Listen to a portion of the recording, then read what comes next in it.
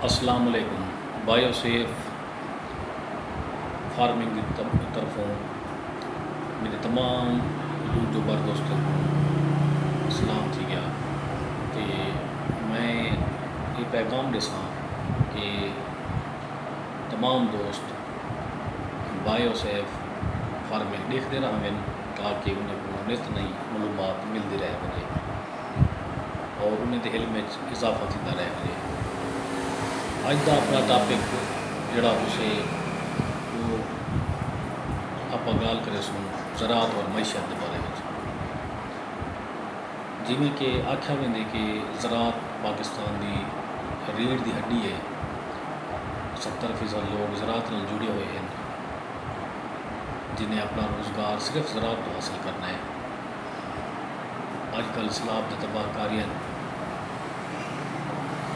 और गवर्नमेंट जूत दूनी थी पी इंदे अपनी गवर्नमेंट को चाहिए कि वो सैलाब मुतासरीन की बढ़ चढ़ के मदद करेगा, उन्हें दी फसलें का तखमीना लावेगा और जितना भी उन्हें नुकसान थे उसका अजाला करेगा। लेकिन मेरे को लगता है कि अपनी गवर्नमेंट पाकिस्तान ई टाइम तक कुछ क्या नहीं करेगी पी।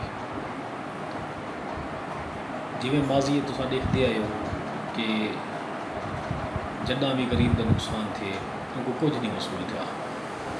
हालांकि गवर्नमेंट को इमदाद मिल वेंदी है, बाहरों पैसे आ वेंदे, सिस्टम चल वेंदे कि तुम गरीब लोग तकसीम करो। असा का अज तक हासिल था कि कई गरीब बंदे को कोई इमदाद मिली हो।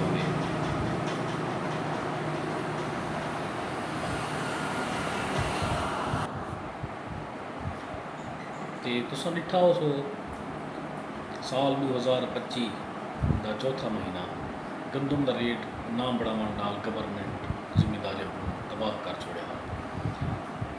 ठेकेदार तो वैसे ही खुदकुशियाँ करन दे आ गए हैं, जिहड़े अफोर्ड ना कर सकते हैं। कई लोग खुदकुशियाँ करके मर गए। जिन्हें दी अपनी ज़मीन है उन्हें का भी आसरा कहना हा वो भी मरण लए थे पे। उस तो बाद देख सो कि गंदम जितनी भी स्टॉक की गई है सरमायादार ने की है।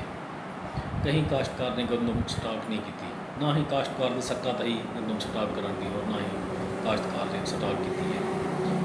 गंदम जितनी स्टॉक की गई है सरमायादार ने की है। भला तुसा माजी जो देख सो कि अज तो 15 दिन पहले गंदम का रेट 3700 रुपये को हाथ लाते थे। 3700 रुपये ओपन मंडी में रेट चलता रह गए, 35-36 रुपये इलाका चलता रह गया। तो गंदम जिमीदार तो कहना है गंदम का स्टाकिया नहीं आई, सरमायादार नहीं आई। गंदम अपनी लुका की आई जी कि हूँ ब्लैक वाला रेट बढ़ा के उन्होंने बेची है गंदम। तो उस तो बाद वाला गवर्नमेंट ने एक्शन किए कि गंदम जी है 3000 रुपये उत्ते अगर कोई मंडी वाला बोली छोली ले से तो उनके खिलाफ कार्रवाई की वैसे। गंदम कंट्रोल रेट ई टाइम 3000 रुपये। लेकिन कुछ नहीं वास्ते शोशा उड़ाया वेंदे कि गंदम नहीं वेथी से। उन तो बाद तुसा एक बार बुला देख सो कि ये गंदम 4000 4500 5000 शायद थी बने, शायद 4000 4500 5000 रुपये पर मन गंदम बिकनी है। कह दी गंदम में सटाकिया दी जिस टाइम जिमीदार का नंबर हमसे यह गंदम मला आवे से 2025 ये मैशियत जिम्मेदार दी सी जो 70% रीढ़ की हड्डी समझा भी। पाकिस्तान का जिम्मेदार तबाह हाल है। मैं आखे सा अपनी गवर्नमेंट पाकिस्तान को कि कोई गवर्नमेंट की पॉलिसी पढ़ाई भी नहीं, कोई अच्छे लोग मिलाए बने, गवर्नमेंट अच्छे लोग मिलावे, अच्छा पॉलिसियाँ बढ़ावे ताकि काश्तकार को डायरेक्ट फायदा थे। काश्तकार को डायरेक्ट फायदा देने वास्ते गवर्नमेंट अच्छा पॉलिसियाँ बड़े से लाऊगा। तो जिमें हूँ शुगर केन का रेट हाली तक भी नहीं शो किया गया। मिल्लां चलाने वाले मिल्लां को रह गए बाकी महीना डेढ़। तो तो शुगर के अंदर रेट ई टाइम तक नहीं बढ़ाया गया। अज 18 सितंबर 2025 का नहीं है, 18 सितंबर 2025 का रेट नहीं है। ई टाइम तक शुगर के अंदर रेट नहीं बढ़ाया गया। ये गवर्नमेंट गफलत ना करे, अगर पहले रेट शो कर लिया तो ये जिम्मेदार आमादा थी करते। लेकिन मेरे को लगते ये भी गंदम के हालात करे सन, ये लगते कि गंदम के हालात करे सन, गन्ने के भी जिम्मेदार परेशान करे सन। जिम्मेदार पहले भी फसलें दी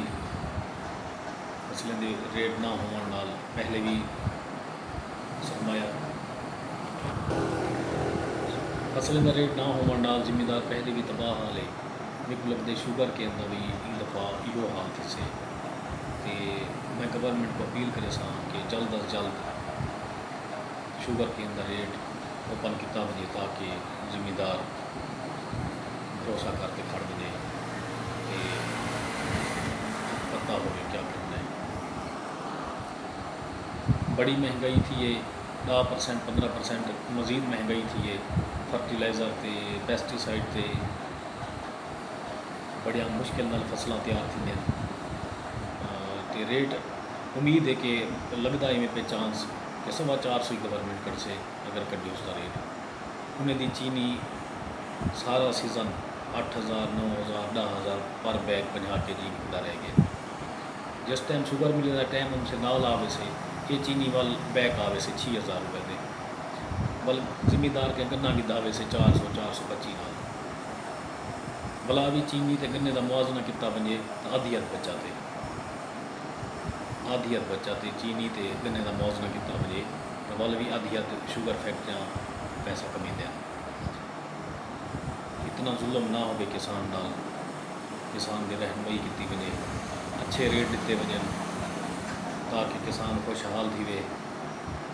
और ये जो किला थे पाकिस्तान के गंदम की चीनी की या किसी फसल की भी वो जिम्मेदार बढ़ चढ़ के हिस्सा गिने और अपनी मैशत को ठीक किया।